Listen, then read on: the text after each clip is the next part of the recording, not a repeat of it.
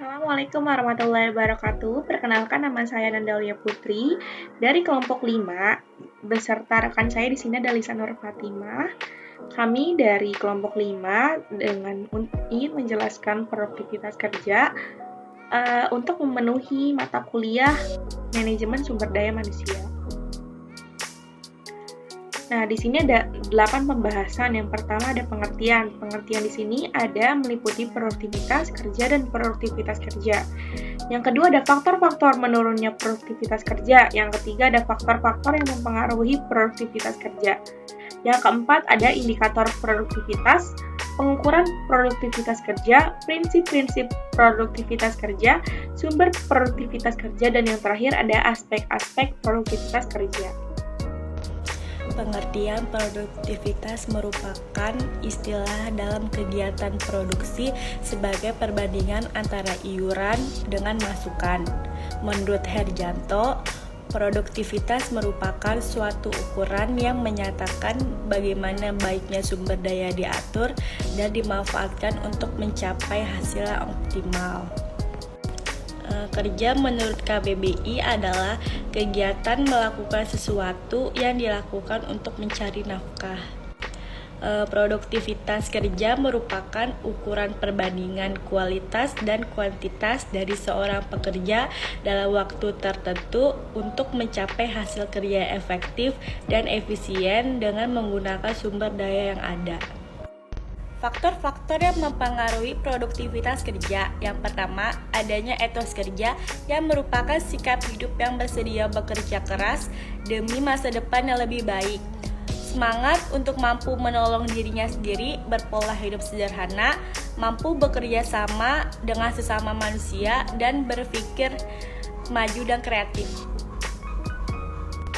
Yang kedua, melaksanakan sikap hidup disiplin terhadap waktu dan dirinya sendiri, dalam arti mampu melaksanakan pengendalian terhadap peraturan, disiplin terhadap tugas, dan tanggung jawabnya sebagai manusia.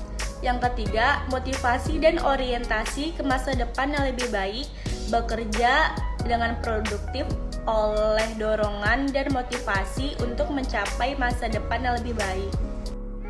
Faktor-faktor produktivitas kerja. Yang pertama, menurunnya presensi.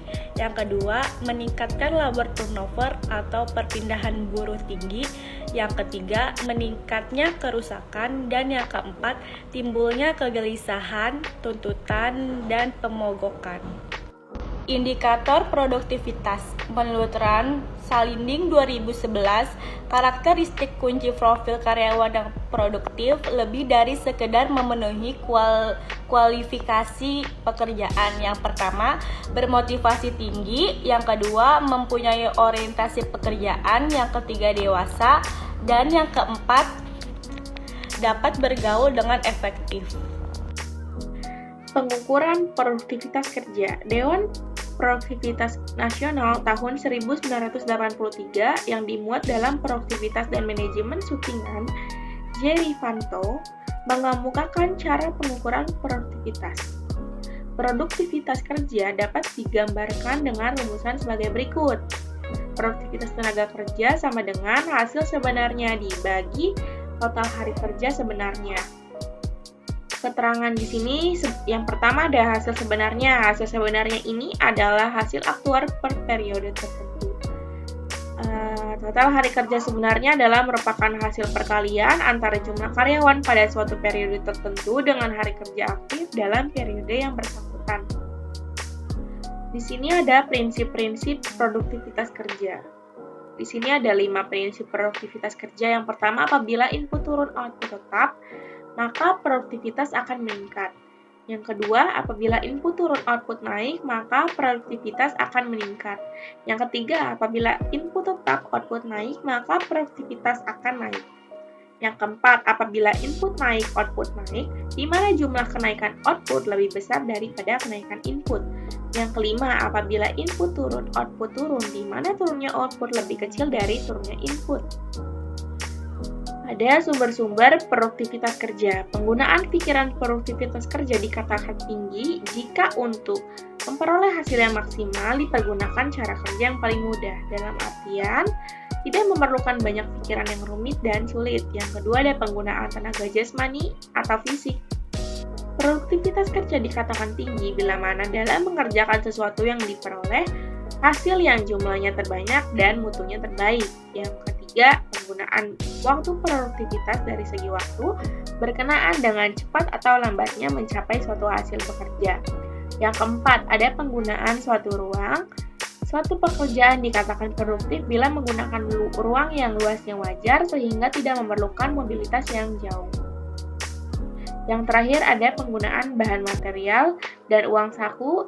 Pekerjaan dikatakan produktif jika penggunaan material atau bahan baku dan peralatan lainnya tidak terlalu banyak yang terbuang. Dan harganya pun tidak terlalu mahal tanpa mengurangi mutu hasil yang dicapai dari pekerjaan tersebut. Dan yang terakhir ada aspek-aspek produktivitas kerja.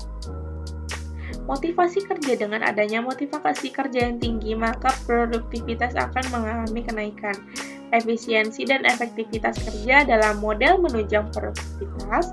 Kemampuan kerja seseorang sangat menentukan hasil produksi. Pengalaman dan seorang karyawan sangat berpengaruh terhadap produksi yang dihasilkan. Sekian, kurang lebihnya mohon maaf. Wassalamualaikum warahmatullahi wabarakatuh.